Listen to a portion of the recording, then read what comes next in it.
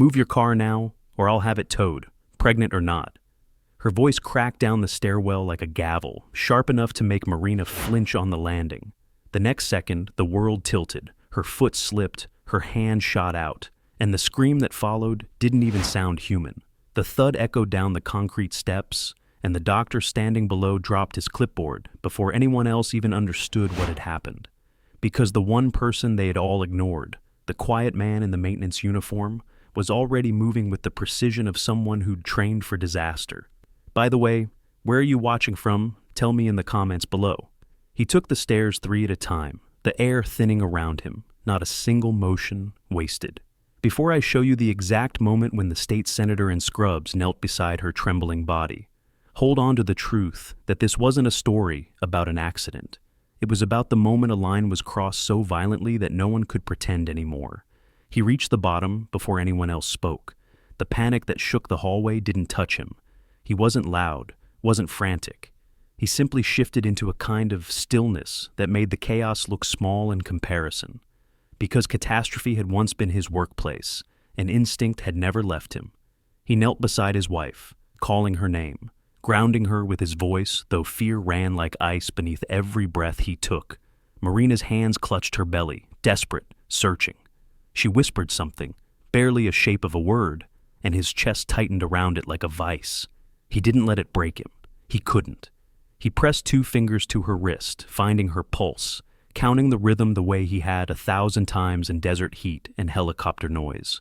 A man in a white coat was already there, calm as winter, speaking with a certainty that cut through the rising voices around them. The senator, though no one in that corridor knew that yet, introduced himself only as the building's OB-GYN, his tone steady but firm. He guided her breathing, checked her abdomen, signaled for the clinic doors to be opened. The fluorescent lights above flickered once, casting the hallway in a cold, clinical urgency. The husband didn't rise, didn't leave her side. Something inside him locked into place, old training knitting itself around new terror. He watched the doctor's hands with practiced eyes, mapping every movement, understanding every decision. And when Marina gripped his wrist, her nails digging in, he leaned close enough that she could feel the steadiness in him she was trying to borrow. But he didn't speak of fear. He wouldn't give it form. He raised his head only when he heard footsteps at the top of the stairwell, fast, uneven, retreating. The same sharp voice that had thrown out the order a moment earlier. The one who'd pushed past boundaries long before she pushed a woman. He said nothing to call her back. Not yet. He helped lift Marina onto the rolling stretcher, brushing damp hair from her forehead, keeping his expression level. The doctor nodded at him, a silent acknowledgement of something recognized, competence, control, history, something most men didn't carry so quietly. They moved down the hallway together, the wheels humming beneath them, the walls narrowing as the clinic doors opened. The air inside smelled of antiseptic and new paint.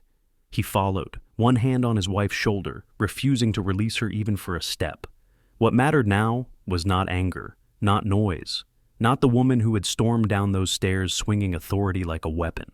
What mattered was Marina's breathing, the child beneath her ribs, the small life depending on both of them not to break under the weight of one violent moment.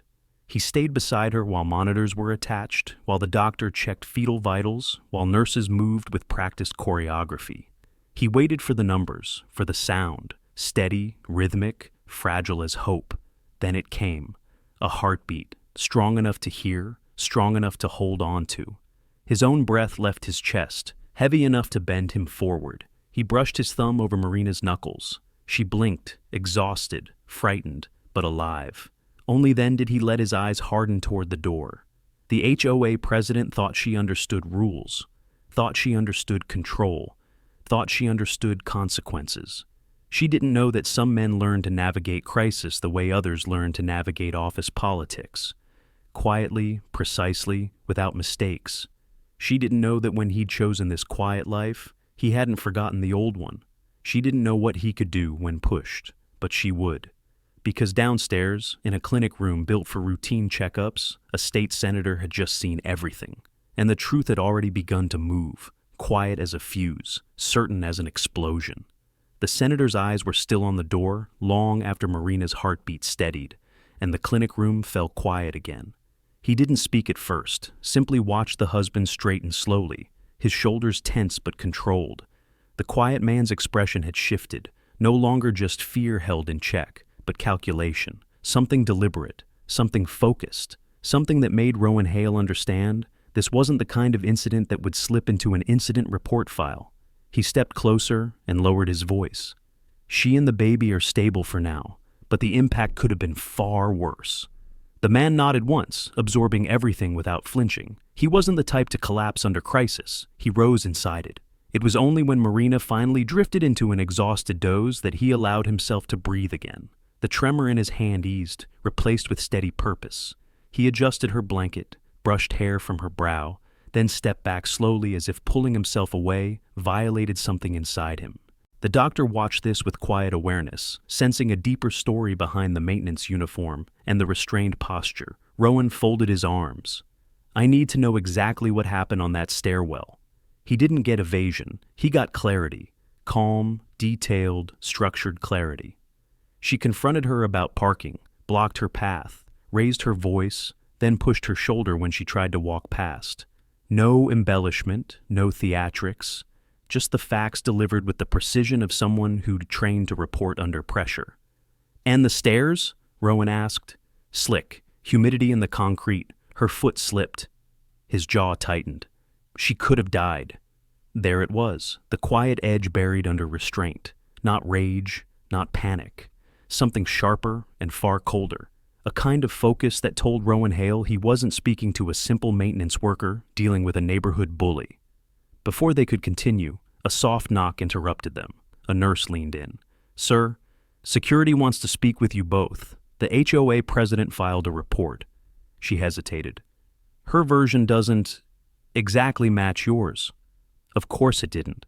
The husband exchanged one last glance with his sleeping wife before stepping into the hallway. The air outside was tense, charged. Security officers waited near the clinic's reception desk, their postures stiff with formality. And behind them, arms crossed, lips pursed, stood Claudette Mercer, already dressed in a performance of righteousness. Her tone dripped polished indignation. She tripped. It was an unfortunate accident. I've already requested the footage for clarity. The officer beside her nodded carefully. We just need both sides documented. Rowan stepped forward before the husband could reply. As a treating physician and licensed provider on this property, I can confirm her injuries were consistent with a fall caused by external force, not simple misstep. And I witnessed the immediate aftermath. Claudette's face twitched, so slight most people would have missed it. The husband didn't. He caught every micro movement, every shift in her breathing, every tightening around her eyes. She was defensive, not concerned, calculating, not cooperative, already crafting the story she expected everyone else to believe. Security asked for a brief recounting. Claudette spoke first, delivering her version with polished confidence. She claimed Marina was rude, unsteady, and slipped after raising her voice. She never mentioned touching her. Then the husband spoke. He didn't attack her, he didn't accuse. He laid out his account in measured detail. Exact steps, exact timing, exact angles. Behavioral foreshadowing echoed clearly through his calm, professional breakdown of events, revealing competence even without the full truth of his past. And Rowan Hale added the final weight. Her fetal vitals and impact injuries support his account. Claudette's poise cracked, not fully, but enough to show the first fracture. Security backed off, promising to gather more information. But as they walked away, Claudette leaned in just enough for her voice to slip through clenched teeth. People disappear from this community for less than false accusations. The irony landed hard. It wasn't intimidation. It was confirmation. The husband didn't move, didn't blink. He simply observed her, storing the threat the way a professional stores critical tactical information, without emotion, without reaction, without giving away that she had just revealed more than she intended. When she left, Rowan exhaled slowly. She thinks she can bury this. She can try, he replied quietly. That was the first hint of the shift, where fear hardened into intention, where shock settled into resolve, where the path toward public exposure began to form. Because Claudette Mercer had no idea how deeply she had miscalculated, She thought power existed in rules and fines and committee votes. But power, real power, lived in truth, and in the hands of people who knew how to uncover it. He returned to Marina's bedside. She stirred slightly, whispering his name, and he took her hand, grounding both of them. The senator watched this small gesture, the tenderness wrapped in steel, and understood something essential. This man wouldn't let the incident fade. He wouldn't let her be blamed. He wouldn't let the lie become the official record. And Rowan Hale, doctor, senator, witness, would not let the truth be silenced. The first steps toward exposing the HOA president had already begun. Rowan Hale remained by the doorway long after the husband settled back beside Marina, as if weighing something heavier than a simple incident report. The air in the clinic room felt tight with unspoken decisions, each one sharper than the last. Claudette's threat hadn't just been a slip of arrogance. It was a warning shaped by someone used to wielding unchecked authority. And authority abused in a community setting always left a trail, provided someone knew where to look for it. The husband knew exactly where. He leaned forward slightly when Marina shifted in her sleep, checking her pulse, the color in her cheeks, the rise and fall of her chest. Rowan observed him with a physician's eye, but also with a policymaker's instinct. The steadiness in the man's movements wasn't coincidence. It was training, embedded, reflexive, unmistakable. Most civilians froze or fumbled during medical crises. He flowed. When the monitors stabilized again, Rowan stepped inside fully. "There's something you need to see," he said quietly. The husband looked up, expression unreadable but alert. Rowan held out a printed sheet. Hospital protocol, standard for reporting high-risk incidents involving pregnant patients. But written at the bottom, in neat handwriting, was Rowan Hale's other title, State Senator, 14th District. He offered no dramatics, no flourish. "This isn't public on my clinic paperwork, but given what happened, you deserve to know who's standing in this with you." The husband studied the sheet, then Rowan's face connecting the dots with calm precision. "You're not just a witness. I'm an elected official," Rowan confirmed. "I can ensure the investigation isn't quietly swept under the rug." There was a shift then, subtle but decisive, like gears locking into place. "Claudette won't expect resistance from people she thinks are beneath her," the husband said. "That's her blind spot." "And your strength," Rowan countered. But before they could continue, a hospital tech interrupted. "Sir, you requested the clinic's building logs?" He handed over a slim folder. "These are the access timestamps for the stairwell and CCTV panel from this morning." That was the first real step of the victory strategy, beginning the public exposure route through evidence, not confrontation. The husband flipped the folder open, his eyes tracing the digital entries like someone reading topography. Rowan watched his focus narrow, watched his brain align seconds, locations, and patterns. This wasn't a casual glance. This was analysis. "Here," he said quietly, tapping a line. "The stairwell camera feed drops at 9:42 a.m. Rowan checked the timestamp on Marina's admission, and she fell at approximately 9:44. The husband nodded. "A 2-minute window, too tight to be coincidence. Someone with admin access disabled that feed." "Someone like the HOA president?" Rowan murmured. They both knew it. Another connection clicked. Claudette's rushed, shaky footsteps as she fled. Her immediate insistence that Marina had tripped. Her panic the moment she saw Rowan kneeling beside the injured woman. The husband closed the folder with calm finality. "She's trying to rewrite the narrative before it forms." "And she's expecting to get away with it," Rowan added. "She won't." As they spoke, Marina stirred, eyes fluttering open. Her gaze found her husband first, grounding in the only face that mattered. He bent close, whispering reassurance while Rowan stepped back to give them space. Marina's voice was fragile, rough. What's going to happen now?" "Nothing you need to worry about," he said gently. "You and the baby are safe. That's all that matters right now." But she saw the tightness in his jaw, the shadow behind his calm. She brushed his hand weakly. "Don't do anything reckless." He met her eyes. The woman who knew him better than anyone else. The one person who understood that quiet doesn't mean passive. "I won't," he said, "but I won't let this go."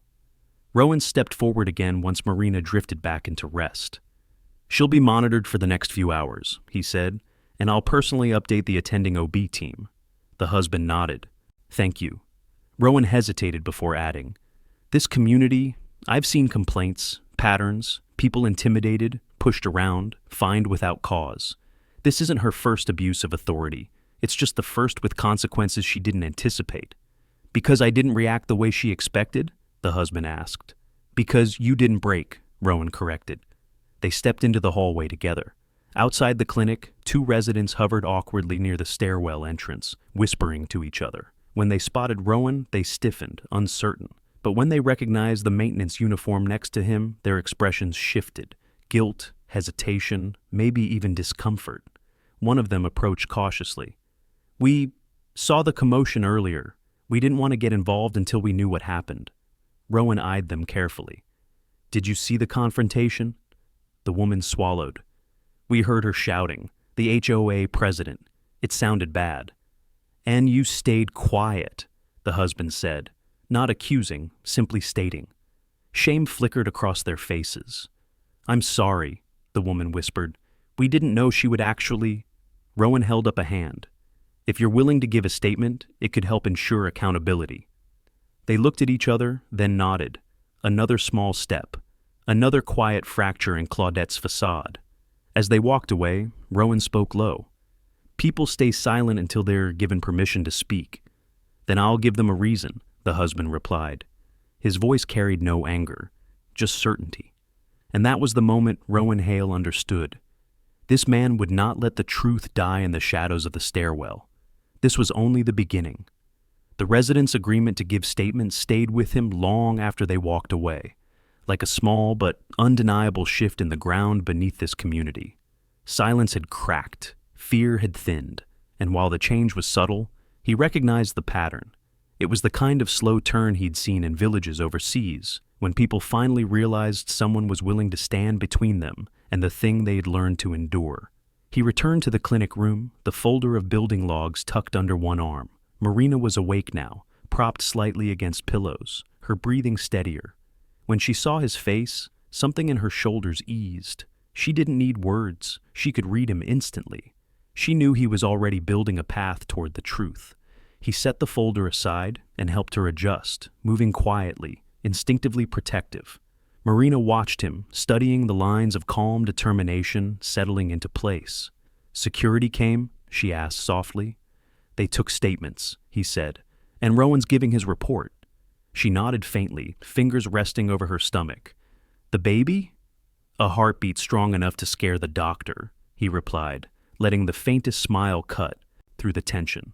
It lasted only a moment before seriousness returned. I'm not letting her rewrite what happened. A soft knock interrupted them, and Rowan stepped in, his presence steady and deliberate. Good news. The attending OB team reviewed the scans. Everything is stable, but they want to transfer Marina upstairs for full observation. He paused. Before you go, there's something else. The husband rose slowly, sensing weight behind Rowan's tone. I spoke with building security again, Rowan continued. They're pulling the outer hallway footage now. Even if the stairwell was disabled, the lead-up might show the confrontation. That's what she didn't think through, the husband said. Disabling one camera doesn't erase everything around it. Rowan nodded. There's more. 2 staff members reported that Claudette accessed the admin room shortly before the fall. It's not proof yet, but it's enough to push for a deeper review. Step by step, the victory strategy was taking form. Not with rage, but with evidence aligning around truth until it couldn't be ignored. He squeezed Marina's hand gently. I'll follow you to the upstairs room as soon as you're settled. Her eyes glistened with the kind of fear that had nothing to do with physical pain. I don't want today remembered for what she did to us. It won't be, he assured her. Not when we're done. Nurses arrived and began guiding Marina out with slow, cautious movements. Rowan followed alongside them, but before stepping through the door, he paused and looked back. Elias, he said quietly, using the husband's name for the first time. You see patterns the way trained responders do. You're reading her the way you'd read a threat in the field. Elias simply nodded. Old instincts weren't something he boasted about. They'd been carved into him. When Marina was safely upstairs, Elias stepped out into the main hallway of the building. The fluorescent lights hummed, Residents drifted by, whispering in pairs, glancing at him, glancing at the clinic doors, glancing everywhere but at the stairwell where the truth still echoed. He headed there now. The stairwell was empty, silent except for distant HVAC pulses. He stood where Marina had been shoved, replaying angles, distances, pressure points. He looked at the railing, the step edges, the landing, mapping what had happened with the precision of someone who'd reconstructed far worse scenes. He noticed something, a faint smear on the metal railing, not rust, not dirt. Something transferred by skin or fabric during sudden contact. He leaned closer. "This is where she steadied herself," he murmured, "right before the fall." He moved down the stairs, tracing Marina's trajectory, not fast, not dramatic, just methodical. On the bottom landing, he crouched, a darker mark on the concrete wall where her shoulder had hit. This wasn't guesswork. It was impact pattern analysis, something he'd done in war zones, studying blast trajectories and crash landings. The same principles applied here. Force, angle, velocity. A fall like this didn't start from a slip alone. Momentum had been added. He took photos quietly, carefully. No theatrics, no noise. Footsteps echoed above him. He didn't look up. "If you're trying to see what I'm doing," he said calmly, "you're welcome to join me instead of pretending you were just walking by." A resident froze halfway down, startled at being read so easily. It was an older man, one who'd complained before about Claudette's crusades. He hesitated, then descended. "I heard what happened," the man said. "Just wanted to know if she was all right." "She will be," Elias answered. He pocketed the phone and met the man's eyes. "Did you see the confrontation?" The man swallowed. "I heard it, the yelling. She's been looking for reasons to fine you for weeks. Because I wouldn't paint her personal patio on my off hours." "That sounds like her," the man muttered. "But pushing someone, especially her, that's different." Elias nodded once. "If you're willing to say what you heard, it helps." The man exhaled slowly. "I'll talk to the senator. He seems trustworthy." Another crack in Claudette's wall. After the man left, Elias rose and took one last look at the stairwell. Not as a husband this time, but as the strategist he used to be. She believed the stairwell protected her. She didn't realize it exposed her. By the time he turned to leave, the edges of a plan were forming. Evidence, witnesses, timing, and a controlled escalation that wouldn't give her room to spin lies. This wasn't revenge. This was exposure, and he wasn't finished. He stepped out of the stairwell with a new clarity threading through him, the kind that came after assessing a scene and feeling the pieces begin to align. The hallway outside had grown quieter, the earlier rush fading into the subdued murmur of residents trying to pretend they weren't afraid of what they'd witnessed. He knew silence had its own sound, thick, waiting, restless. Communities behaved like this when power was trembled, not toppled, and today, power had trembled. He walked toward the clinic reception desk, where Rowan Hale stood, reviewing the newly requested security files. The senator glanced up when he approached. "Marina's settled upstairs," he said. "Nurses said she's resting." Elias nodded once, grateful for the update. "Good." Rowan closed the tablet. "You were in the stairwell." "Collecting context," Elias replied. He didn't elaborate. He didn't need to. Rowan handed him the tablet. "Then you'll want to see this." Footage played of the hallway just before the stairwell. The camera angle didn't show the push, but it captured Claudette approaching Marina aggressively. Hands. What do you call it? Slicing the air. Voice sharp enough to be audible even without full volume clarity. Residents in the background turned their heads, startled by the escalation. More than witnesses. Her posture alone was incriminating. "She was already heated before they reached the stairwell," Rowan said. "She wanted compliance," Elias responded. "Not conversation. And she shut off the camera that would have captured the rest." He scrolled the timestamps. The stairwell feed blinked offline precisely 2 minutes before the impact. "I've seen this pattern before," he murmured. "People manipulating choke points in surveillance to control a story." Rowan gave him a long, thoughtful look. That's not something most maintenance techs would notice. He didn't answer the implied question. He simply kept watching the footage, absorbing every detail, cross-matching it with what he'd already reconstructed. When the video ended, Rowan tapped the tablet lightly. "This isn't enough to remove her yet, but it's enough to force a formal review. And a formal review forces transparency. Exactly. Just as Rowan turned to return the device, a sudden voice sliced through the hallway, tight, clipped, defensive. I want to know why my private footage is being accessed without board approval. Claudette Mercer stood there, holding her phone like a weapon, posture coiled. She looked less polished now, more rattled beneath the mask she'd worn for years. Her gaze darted from Rowan to Elias, irritation simmering under feigned authority. Rowan met her eyes evenly. There was an injury under medical care. Camera access is standard protocol. Only with HOA authorization, she snapped, which you don't have. Actually, Rowan corrected, state law requires immediate review during any event involving potential harm to a resident, particularly a pregnant woman. Her jaw tightened. She tripped. That's not what the vitals or witness accounts support, he replied. Her eyes flicked to Elias, sharp with an anger she didn't bother hiding. You're manipulating this community against me. Elias didn't blink. Truth doesn't need manipulation? Her nostrils flared. You think your little story matters? You think one maintenance worker and a handful of weak-willed residents can challenge the board? The board isn't under review, Rowan said quietly. You are. For the first time, her composure cracked fully. Her breath hitched. She miscalculated, again. She had expected Rowan to defend authority structures, not challenge them. She hadn't realized he was more than a building doctor. You're overstepping, she hissed. Both of you. Then file a complaint, Rowan replied. She stormed off, heels striking the floor in angry, uneven beats. When she disappeared around the corner, Rowan let out a slow breath.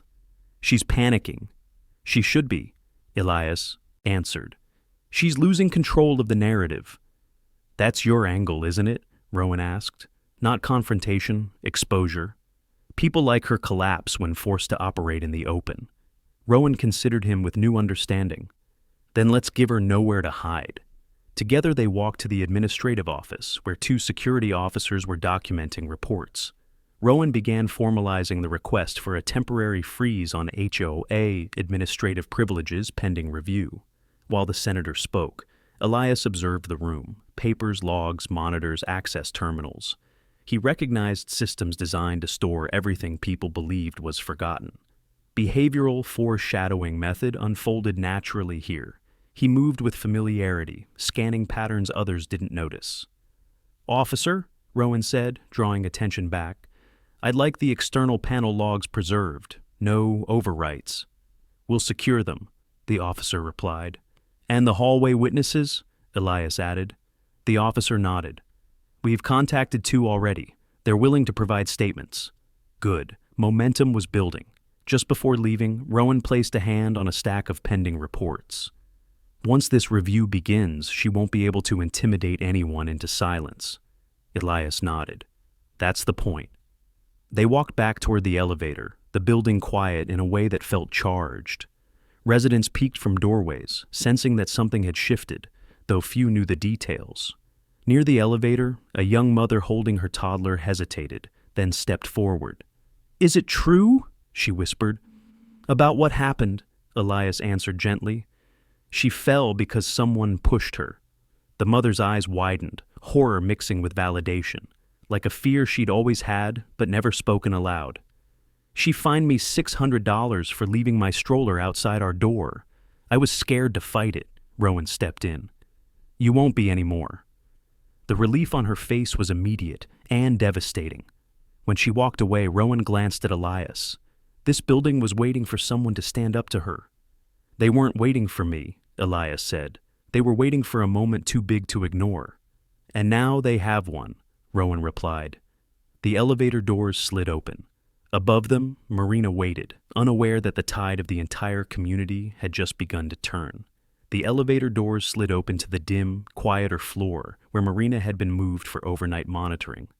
Elias stepped out first, Rowan close behind, both men carrying the weight of what had unfolded downstairs. The hallway lights buzzed with a soft electric hum, and for the first time since the fall, the building felt still, like it was holding its breath. Nurses moved silently around the corridor, checking vitals, dimming lights, adjusting blankets. When Elias entered Marina's room, he felt the shift inside him ease, just slightly. She lay semi-upright, watching the monitor beside her with quiet fear threaded through her expression. But when she saw him, relief softened her features. "You're back," she whispered. He took her hand gently. "I'm here." Rowan stepped in after giving them a moment. "Vitals still steady," he said, scanning the chart. "Baby's heartbeat hasn't wavered." Marina exhaled slowly. "Thank you." Rowan offered a reassuring smile, then looked toward Elias. "If you're both comfortable, I'd like to walk through next steps." Elias nodded. "Go ahead." The senator pulled a chair closer, positioning himself so both could see him without strain. "First," he said, "I'll be filing a mandatory incident escalation. The fall happened in a residential stairwell under questionable circumstances, and the disabling of the camera strongly suggests tampering." Marina's eyes widened. "She shut the camera off?" "Just before your fall," Elias answered quietly. Rowan continued. "Second, the HOA board must be informed that an emergency review is required. They can't block it, not when there's potential misconduct by their president." "And third?" Elias asked. Rowan hesitated before answering. "Third, once this becomes formal, Claudette will know she's losing control. She may escalate, she may lash out. She may try to intimidate residents, staff, even you." Elias didn't blink. "I'm aware." Marina looked at him, reading between the lines. "Please tell me you're not planning to confront her alone." "I'm planning to expose her," he said. "Nothing else?" Rowan leaned back slightly. "You're not just gathering evidence. You're building a methodical case. It's the only way she won't escape accountability." Marina squeezed his hand. "Just don't forget what matters most." He nodded, the weight in his chest tightening. "I won't." A nurse came in to adjust the IV line. Rowan stood. "I'll give you both a moment. I need to check on the status of the external footage and contact the district safety office." When he left, Marina looked at Elias with tired, worried eyes. "I can tell you've already started something." "I've started protecting us," he replied softly, "and making sure she doesn't hurt anyone else." She didn't argue. Part of her wanted to, but she knew him too well. Knew the steady resolve in his voice wasn't anger. It was purpose. After she drifted into light sleep again, Elias stepped into the hallway, letting the door close quietly behind him. The hospital floor was calm, but the building below simmered with tension. He could feel it, like static in the air. He walked toward the waiting area, where Rowan was finishing a call. The senator ended it and looked up. "District Safety Office is initiating the inquiry," Rowan said. "They'll be on site tomorrow morning." "That fast?" "When a senator calls," Rowan replied simply. "Doors open." It was another step forward, another tightening of the frame around the truth. But just as progress seemed clear, a sharp voice sliced through the hallway. "There you are, Claudette." She stood near the elevator, arms crossed, face drawn with the stubborn confidence of someone who had spent her life bullying people into compliance. But now there was something else beneath it, a tremor of desperation. She didn't wait for them to speak. "I've spoken with my attorney," she announced. "Any accusations you're attempting to make will be met with legal action. You're trying to smear me in front of the entire community." Elias stayed silent long enough to make her uneasy. Then, with calm precision, he said, "We're just telling the truth." She scoffed, rolling her eyes. "Your wife fell. Accidents happen. You're turning this into some conspiracy because you can't accept responsibility." Rowan stepped forward. "He doesn't owe you responsibility for your actions." "You," she snapped, "are just a building doctor." Rowan cut her off with a tone that made her flinch. "I'm a state senator, and I witnessed the aftermath of your behavior." Her face drained of color. She tried to recover. You can't threaten me with titles." "No threats," Rowan replied. "Just facts." Elias watched her unravel. He didn't interrupt. He didn't move. He simply observed her the way he'd been trained to observe destabilizing threats. Calmly, quietly, thoroughly. Claudette realized she was outmatched and turned sharply toward the elevator, but before stepping in, she threw one last remark over her shoulder. "You think residents will side with you? You think they'll believe a maintenance worker over me?" The doors slid shut before anyone answered. Rowan exhaled. "She's scared." She should be, Elias said. Lies crumble under pressure. And you know pressure? Rowan observed. Elias didn't deny it. As they walked back toward Marina's room, Rowan lowered his voice. Tomorrow, when the investigators arrive, everything shifts. More eyes, more scrutiny, more chance for her to slip. That's exactly what I'm counting on, Elias said. For tonight, he returned to Marina's bedside. She slept softly, her hand resting protectively over her stomach. The monitors pulsed with reassurance, but the storm waiting outside this room was only growing. The victory strategy had moved into its next phase, gathering evidence, aligning witnesses, tightening the noose of truth. And Claudette Mercer had no idea how close the walls were already closing around her. Night settled over the building, with a heaviness that felt almost physical. The floor where Marina rested grew dim and quiet, the machines humming in soft, rhythmic pulses. Elias sat beside her bed, fingers intertwined with hers, watching the steady rise and fall of her chest. For now, she slept peacefully.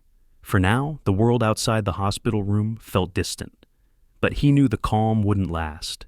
He leaned back slightly, letting the tension coil in his muscles loosen just enough to keep him sharp. The day had been long, too long, but its weight hadn't dulled him. Instead, it had carved focus. Exposure wasn't just the strategy now. It was the only path forward. Claudette's arrogance didn't just threaten his family. It threatened everyone who lived under her rule, and people like her didn't stop unless someone forced them to. A soft knock pulled him from his thoughts. Rowan stepped in quietly, a folder tucked under his arm, his face shadowed with the kind of exhaustion only politics and medicine could deliver simultaneously. "Didn't mean to wake her," Rowan whispered. "You didn't," Elias replied, voice low. "She's resting." Rowan nodded, then held up the folder. "I got the preliminary inquiry documents." Elias straightened, eyes sharpening. "Already?" Fast works when investigators know a senator is personally involved. Rowan sat, opening the folder. "They'll be here at 8 in the morning. They'll want to see the stairwell, review the access logs, speak to security, and gather witness accounts." "Good," Elias said quietly. Rowan hesitated before adding, "And they want to interview you." That didn't surprise him. "I'll be ready." What you told security earlier, the clarity, the structure, it's what caught their attention. Rowan leaned forward slightly. "You don't just handle crisis, you analyze it." Elias didn't respond immediately. His past had taught him the value of discretion, but Rowan's intuition wasn't something he could dismiss. He finally said, "I've had training." Rowan studied him for a moment, then nodded. "I figured. Most people under stress get tunnel vision. You tracked variables." "Old habits," Elias said simply. "And useful ones," Rowan replied, "especially now." Before the conversation could deepen, a sudden sound jolted the hallway.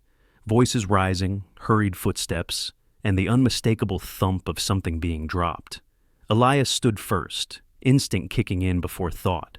Rowan followed him out into the corridor. 2 nurses were rushing toward the elevators, panic in their eyes. Behind them, a security officer was trying to calm someone whose voice carried unmistakable venom. Claudette. She wasn't supposed to be on this floor, and she wasn't calm. "Is this where she's hiding?" she snarled, trying to push past the officer. "I have every right to speak to her. She's accusing me of assault." Elias stepped forward. "You're not coming near her." Claudette's head snapped toward him, eyes flaring. "You don't get to ban me from my own building." "This is a hospital wing," Rowan said firmly. "And you're trespassing. Leave, or security will remove you." A nurse added shakily, "Ma'am, you can't be here. Patients need quiet. Please lower your voice." Claudette ignored her. "You think you can turn my community against me? You think you can twist people into believing your version? You're pathetic. A maintenance worker trying to play hero." Rowan stepped between them, posture firm. "Enough." She pointed at Elias, rage trembling through her hand. "He's manipulating all of you. He's dangerous. I've seen men like him. They pretend to be calm, but they're hiding something."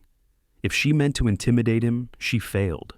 Elias didn't flinch. He just watched her with the same measured focus he'd once used on hostile commanders overseas. Rowan's voice lowered into something cold. "You've crossed into harassment." Claudette laughed bitterly. You can't tell me what I've crossed. I can, Rowan said, and so can the investigators arriving tomorrow morning. Her expression faltered for the first time. Rowan continued, You will be formally questioned. Every piece of camera footage, every access log, every witness will be reviewed, and if they find evidence of misconduct, and they will, you will lose your position. She swallowed hard, breath stuttering. This is a setup. It's accountability, Elias said quietly. Something you've never faced. She looked between them, Elias calm and unwavering, Rowan steady and official, and realized she was cornered, truly cornered. Her facade trembled. I'll call my lawyer, she spat, but the words lacked conviction. You haven't won anything. We aren't trying to win, Rowan said. We're trying to tell the truth. The elevator doors opened behind her. The security officer gestured for her to step in. After a long, tense moment, she did, though not without throwing one last, shaky glare over her shoulder. When the doors closed, silence settled. Rowan exhaled slowly. She's unraveling? She was always unraveling, Elias replied. People just didn't see it. They walked back to Marina's room together, the tension easing only when the door clicked softly behind them. Marina was still asleep, her breathing steady. Rowan looked at him. Tomorrow will be the turning point. Elias nodded. Then I'll be ready. Night shifted deeper outside, but for the first time since the fall, the path ahead felt clearer. Exposure was no longer a possibility. It was inevitable. Morning arrived with the muted glow of pale sunlight slipping through the blinds of Marina's hospital room. Elias had barely slept, resting in short bursts in the chair beside her bed, rising any time she shifted, stirred, or winced. She was stable, thankfully, but the monitors and soft beeps kept the memory of the fall thudding in his chest like an echo he couldn't silence. Rowan arrived just after sunrise, a cup of bitter hospital coffee in hand, his expression composed but geared for escalation. Investigators are downstairs, he said quietly. 3 of them, State Housing Safety Division. Elias nodded once. Marina stirred, blinking groggily. He moved to her side immediately. Morning, he whispered. She rubbed her fingers gently along his wrist. You're going down with them? I am, he said. They need a full account. And you'll give it, she murmured, half encouragement, half plea. He kissed her forehead, then stepped back as Rowan moved closer. She'll be safe here, Rowan said. Security's already been instructed to deny unauthorized visitors. A shadow crossed Elias's face. Meaning her, Rowan confirmed. Elias followed him into the hallway. As they approached the elevator, a nurse called after him softly, Good luck. He gave a faint nod. Luck had never been his ally. Preparation was. Downstairs, the investigators waited in the lobby. Clipboards, badges, calm professionalism. They introduced themselves efficiently, then turned to Rowan first. You're the reporting physician? Yes, Rowan replied. And the husband? Elias stepped forward. Here. The lead investigator studied him, an assessment that lasted just one breath but was thorough. We'll hear your statement shortly. First, we need access to the stairwell and building logs. Rowan gestured toward the hallway. Follow me. As the group moved, murmurs rippled through nearby residents. Some watched from doorways. Others pretended not to stare, but failed. For the first time since Claudette seized power, the building felt like it was leaning toward truth rather than fear. At the stairwell entrance, the investigators paused. Mr. Ward, the lead said, if you're able, walk us through exactly what happened. Elias inhaled slowly. Then he began, precisely calmly, with each detail laid out like stepping stones. The words flowed not from emotion, but from trained recall, where Marina had stood, where Claudette confronted her, the angle of the shove, the slick landing, the scream, the fall. One investigator scribbled notes rapidly. Another photographed the stairwell from multiple angles. And the camera? The lead asked. Disabled at 9:42 a.m., Elias said, 2 minutes before she fell. They exchanged looks, quiet, sharp. Who had access to the panel? HOA president, Rowan answered, and one board member who wasn't present yesterday. The lead investigator made another note, then examined the railing.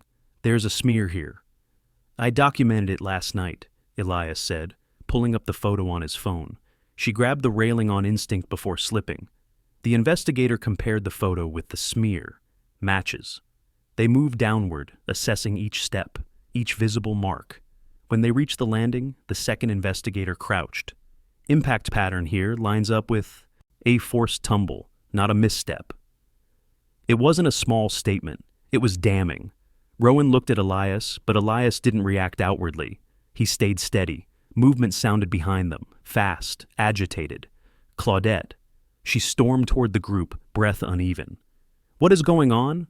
Why are strangers in my building? You can't just barge in. The lead investigator presented their badge. State Housing Safety Division. We're conducting an inquiry into yesterday's incident.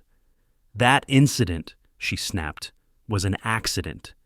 We'll determine that, the investigator replied. Claudette's face paled. This is harassment. You're targeting me based on lies. No one is targeting you, Rowan said. We're following evidence. I want this stopped, she insisted. Now. That's not how investigations work, the lead investigator said calmly. Her eyes darted to Elias, full of fury and something else, fear. You did this.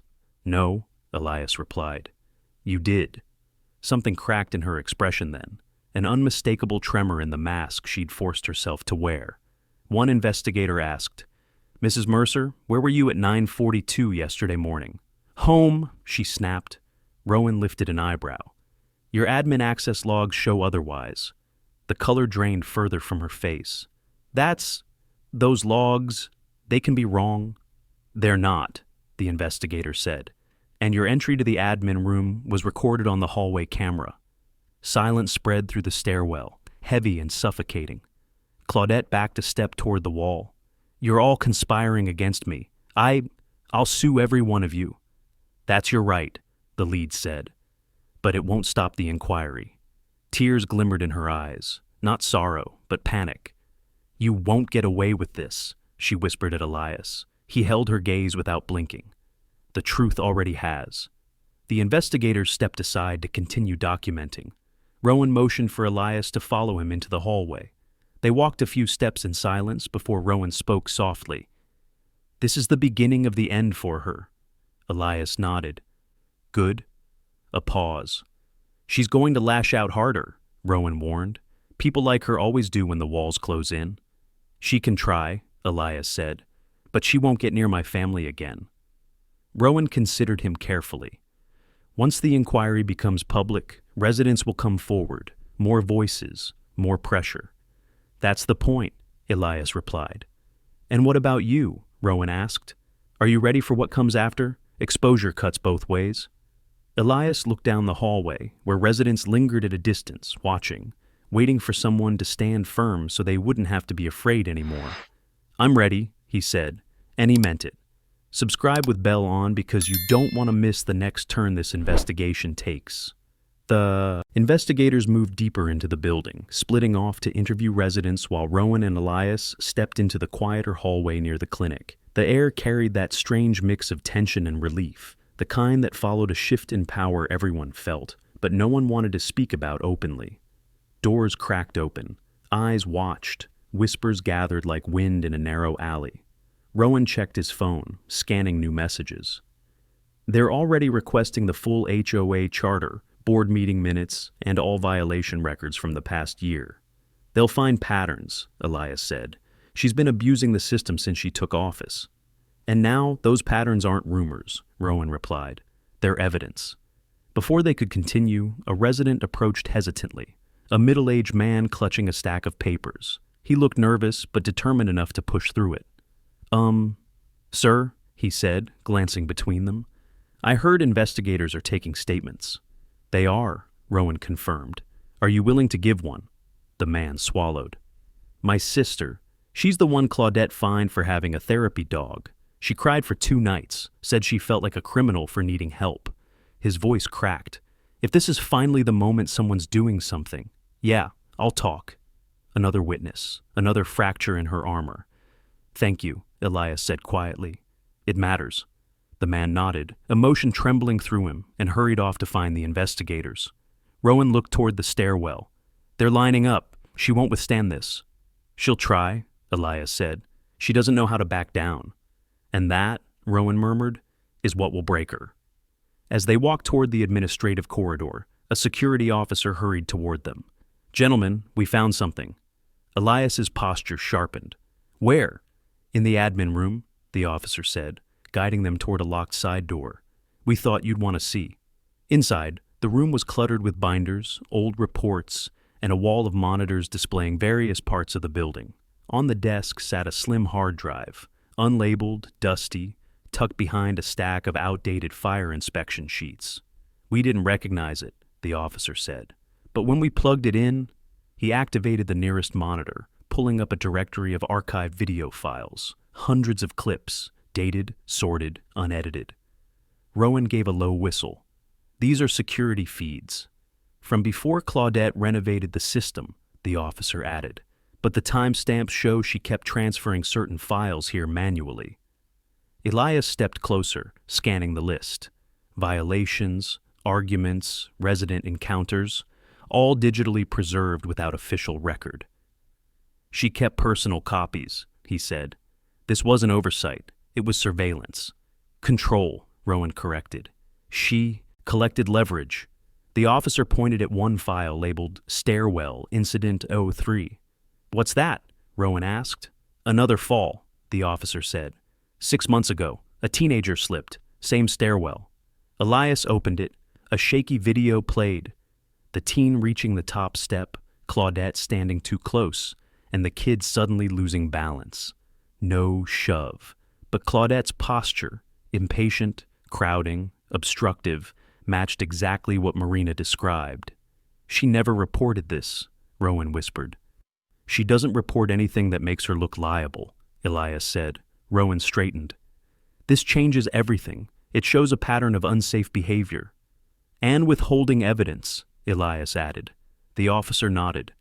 We're securing the drive. Investigators will want it. Elias stared at the screen a moment longer. The victory strategy was evolving, shifting from exposing one moment to exposing an entire reign of hidden misconduct.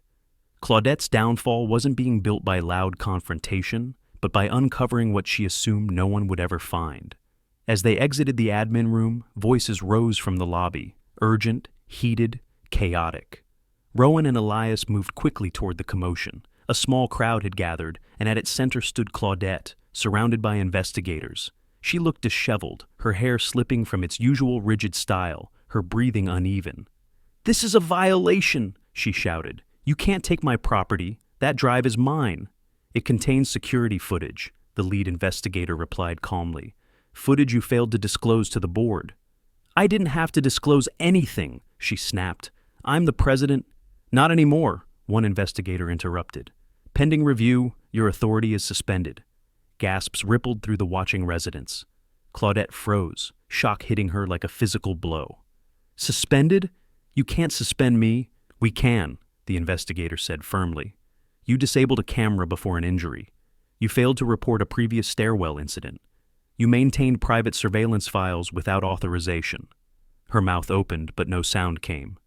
"This is a nightmare," she whispered. "You're destroying me." "You destroyed trust," a resident murmured from the crowd. Claudette's head snapped around. "You!" she shouted. "You've always wanted to undermine me." "No," the resident said softly. "We just wanted to feel safe." More comments followed, quiet but decisive. "You fined me for leaving groceries for 5 minutes. You threatened to evict my husband for coming home late. You screamed at my daughter for chalk drawings." One by one, residents spoke, the fear that once silenced them melting into something liberating. Claudette staggered back, overwhelmed. "You're all turning on me." Elias stepped forward, not aggressive, not triumphant, simply present. "No one turned on you," he said. They finally stopped hiding. Her eyes burned with resentment. "You did this."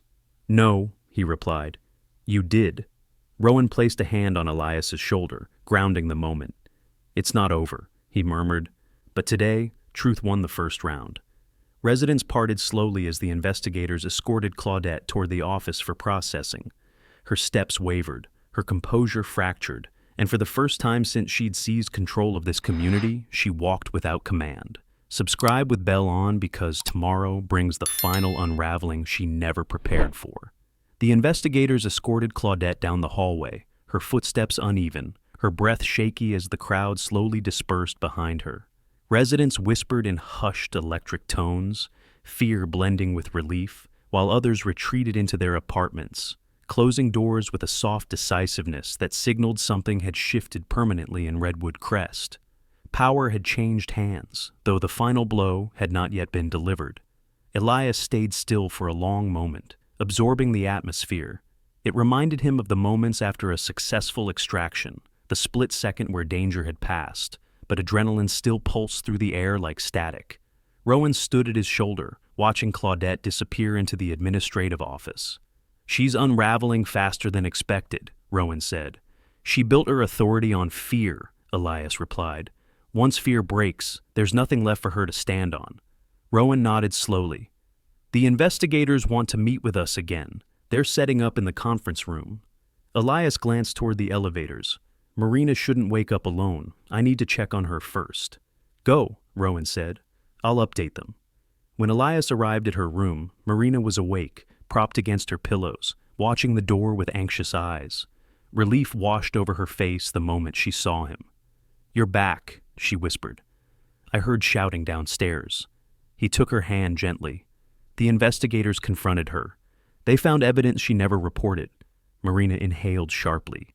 "She's finally being held accountable?" "Not fully," he said. "But the walls are closing in." She exhaled slowly, her eyes softening just enough to ease some of his tension. "Good. I want to go home when this is over. I want all of this behind us." "You will," he promised. "And it'll be safe when you do." Her fingers tightened around his. "Just don't push too far, Elias.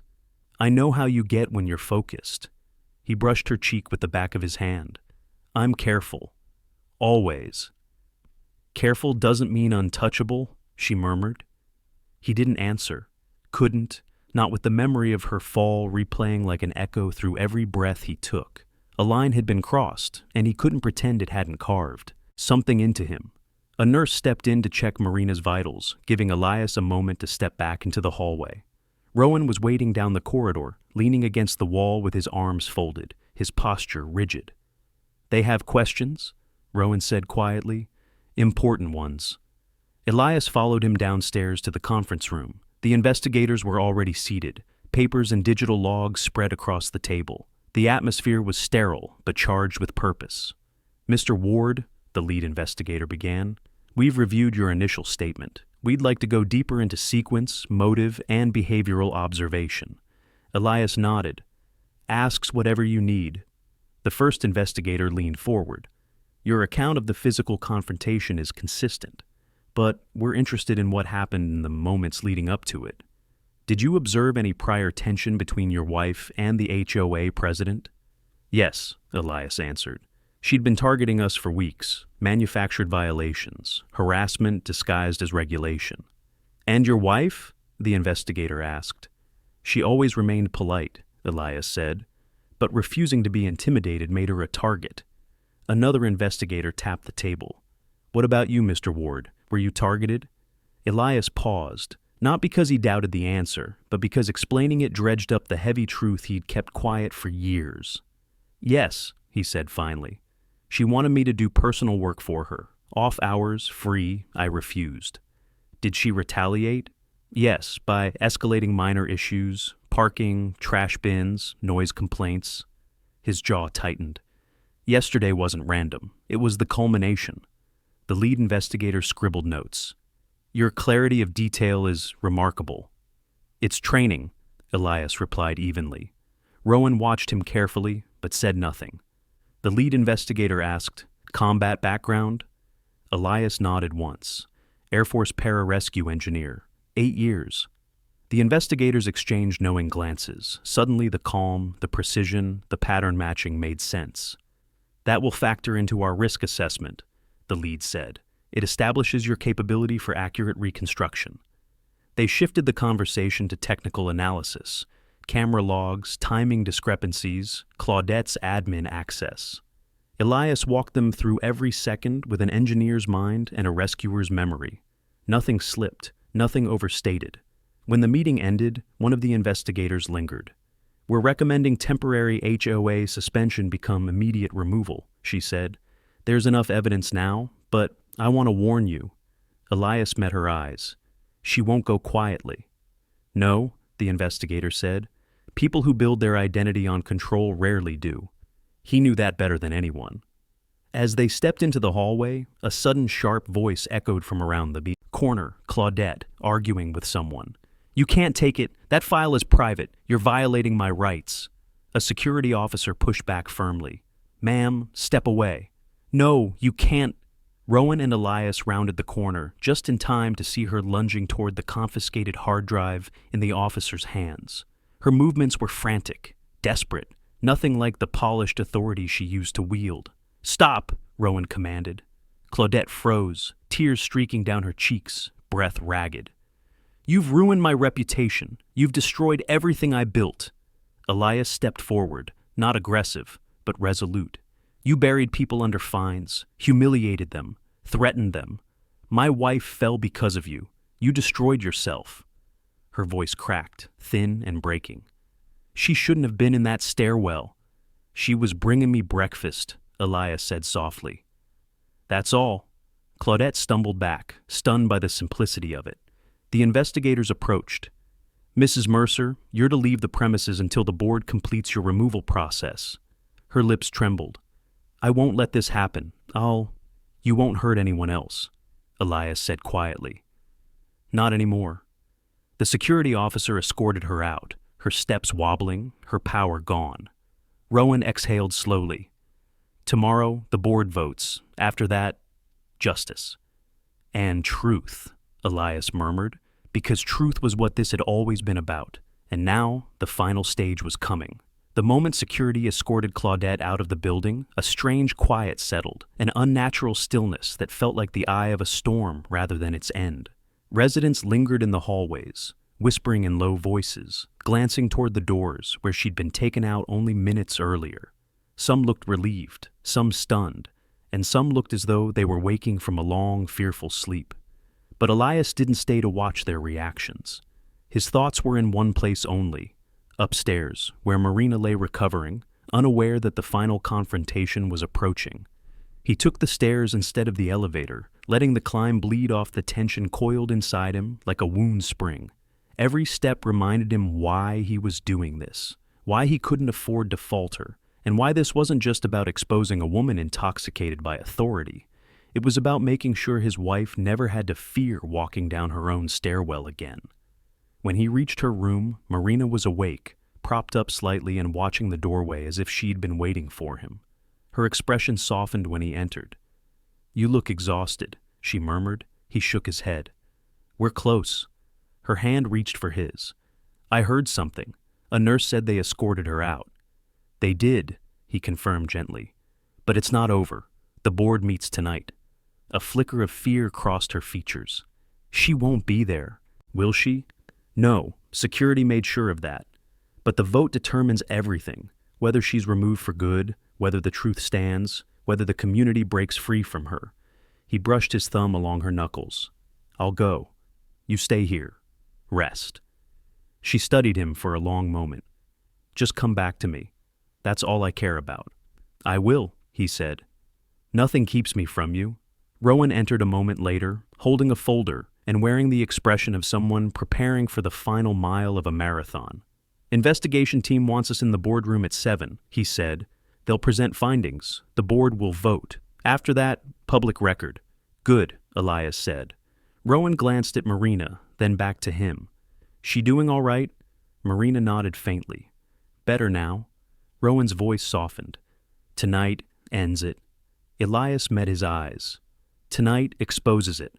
The boardroom at Redwood Crest didn't look like the kind of place where justice happened. It looked like a space designed for petty rules and passive-aggressive arguments, long, glossy table, neatly arranged chairs, framed policy statements on the wall. But tonight, the room felt different. The investigators arranged documents on the table, 3 board members sat stiffly, nerves sharpening their posture, and several residents waited along the wall, silent but present, their eyes carrying the weight of months, years of unspoken frustration. Elias and Rowan entered together. The board president pro temp cleared his throat. "We're here to review the findings regarding the incident involving Mrs. Mercer and the subsequent evidence of misconduct." One investigator stood. "We'll begin with the timeline. At 9:42 a.m., the stairwell camera was manually disabled. At 9:44, a resident, Mrs. Ward, fell down the same stairwell. The only person with stairwell feed access at that time, Claudette Mercer." A murmur rippled through the room. Another investigator stepped forward. "Additionally, we uncovered an unauthorized hard drive containing withheld surveillance footage, including a previous unreported stairwell incident. Mrs. Mercer transferred files manually to avoid oversight." Gasps, papers shifting. A board member's jaw clenched. "And finally," the investigator continued, "multiple residents confirmed verbal intimidation, coercion, and threats connected to enforcement of HOA rules." Silence swallowed the room. The board president pro temp looked rattled. "Is there any opposing evidence?" There wasn't. Rowan stepped forward. "As the responding physician and a witness to the aftermath, I can attest that Mrs. Ward's injuries were not consistent with a simple trip. They matched those of an externally triggered fall." "And the husband?" one board member asked cautiously. "I support his account fully," Rowan said. All eyes shifted to Elias. He didn't raise his voice. He didn't gesture. He simply spoke with the calm precision that had carried him through every crisis of his life. "My wife fell because she was shoved. The camera was turned off so you would never know. She confronted her, lost her temper, and my wife paid for it." He paused, letting truth settle like gravity. This wasn't a mistake. It was abuse of authority. The room held its breath. The board president pro temp exhaled shakily. "We will hold a vote." He passed out slips of paper. One by one, board members marked and folded them. Elias watched, not with hope, but with certainty. Claudette had built her rule on intimidation. Without her present, fear no longer had a voice. The slip count took only moments. The president looked up, eyes wide. "Unanimous," he said. "Claudette Mercer is removed as HOA president effective immediately." A quiet wave rippled through the room. Relief, disbelief, justice, all blending together. Rowan placed a hand on Elias's shoulder. "It's done." But Elias shook his head. "Not until she hears it." A security officer entered. "She's in the lobby, demanding answers." The board filed out. Rowan followed. Elias walked behind them, steady as stone. In the lobby, Claudette stood pale and trembling, clutching her purse like a lifeline. When she saw them, her spine straightened. But her eyes betrayed everything. "You're here to apologize," she spat. "You have to reinstate me. You're removed," the board president cut in. "Effective immediately." Claudette's voice cracked. No, you can't. It's over," Elias said quietly. She froze, as if the truth finally struck. He didn't gloat. He didn't smirk. He didn't revel in her collapse. He simply held her gaze with a calm she could never break. "You hurt my wife," he said softly. "You endangered my child, and you thought no one would see." Her lips trembled, but no words came. "You see now?" Elias finished. "Everyone does." Security escorted her out as residents emerged from their doors, watching the woman who once ruled with fear walk away with none. Outside, darkness had deepened, but inside the building, light finally returned. The glass doors closed behind Claudette with a soft, final hiss. And for the first time since Marina's fall, the lobby of Redwood Crest felt still, like a building exhaling after years of holding its breath. Residents stepped out of their apartments in cautious clusters, watching the security officer escort her down the walkway and into the night. The air outside was cool, quiet, almost reverent. Inside, a weight had lifted. Elias didn't watch her leave. There was nothing left to see. Justice had already been spoken, not through shouting or confrontation, but through the steady, unbreakable alignment of truth. He turned away from the glass, the soft hum of the lobby lights grounding him as he moved toward the elevator. Rowan walked beside him, silent speaking, more than words ever could. You did what most people in this building were too afraid to do, Rowan finally said. Elias shook his head. I didn't bring this down alone. You gave them permission to speak, Rowan countered. That's more powerful than any title. They entered the elevator. As the doors slid shut, Elias felt the adrenaline that had carried him through the past 2 days begin to dissolve. What remained was a quieter determination, the kind that lived deep in the bones, threaded through purpose and love, the kind that guided every step toward the room where Marina waited. When he reached her floor, he found her awake, softly illuminated by the warm glow of the bedside lamp. Her eyes lifted immediately when he entered, searching his face with a worry that eased only when she saw the steady calm settling into his expression. It's over, he said gently. She exhaled, shoulders slumping with relief. They removed her? Yes, unanimous vote. Marina's hand flew to her mouth, tears gathering. Thank God. He sat beside her and took her hand, feeling her pulse settle beneath his fingertips. She's gone from the building. Security walked her out. Marina closed her eyes, a tremble of release running through her. I've been so scared, Elias, not just of what happened, but of what she might do next. He brushed his thumb along her knuckles. She won't come near us again. The investigation's public now. Everyone saw the truth. I know, she whispered. I just needed to hear you say it. He leaned in and kissed her forehead. Her breath steadied, her body relaxing piece by piece, as if her heart finally believed what her mind had tried to accept. A nurse peeked in and smiled when she saw them. Vitals look good, she said softly. If everything stays stable overnight, discharge tomorrow morning. Marina nodded gratefully. After the nurse left, Rowan stepped into the doorway. I didn't want to interrupt, he said, his voice warm with relief. I just wanted to tell you both. The board will be issuing a public notice. Residents will know exactly why she was removed. Marina looked at him gratefully. Thank you. For everything. You don't owe me thanks, Rowan replied. I did what was right. Elias stood and extended his hand. Rowan shook it firmly before adding, and if you ever need anything, truly, call me. A senator owes a debt when he witnesses integrity this strong. Elias offered a faint smile. Take care, Rowan. When the door closed again, silence settled gently in its wake. Elias sat beside Marina, adjusting her blanket and brushing a loose strand of hair behind her ear. You held everything together, she whispered. You didn't let fear decide anything. I couldn't, he said softly. Not when it came to you. Not when it came to our child. Her eyes filled. What if the baby... He placed his hand over hers, where it rested protectively on her belly. The baby's strong, just like their mother? A tear slipped down her cheek. He caught it with his thumb. They stayed like that for a long while. Two people who had lived through a day that could have destroyed them, but instead had revealed the strength they didn't know they still had. Later, after she fell asleep, Elias stepped to the window. The building below was calm, the community wrapped in the fragile quiet of late night. A few residents stood near the courtyard, talking softly, voices tinged not with fear, but with something lighter. Hope. Rowan had been right. Exposure didn't just remove a tyrant, it freed a community. Elias stayed at the window longer than he intended, letting the truth settle fully. This wasn't victory born of revenge, but of clarity. He hadn't fought to punish her.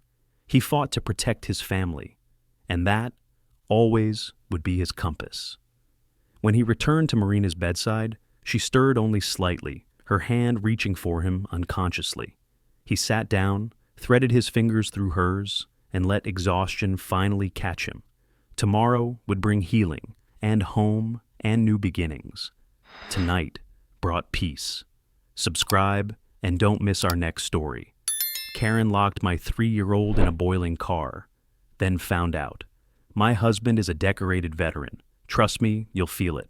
And tell me in the comments, what injustice should we tackle next?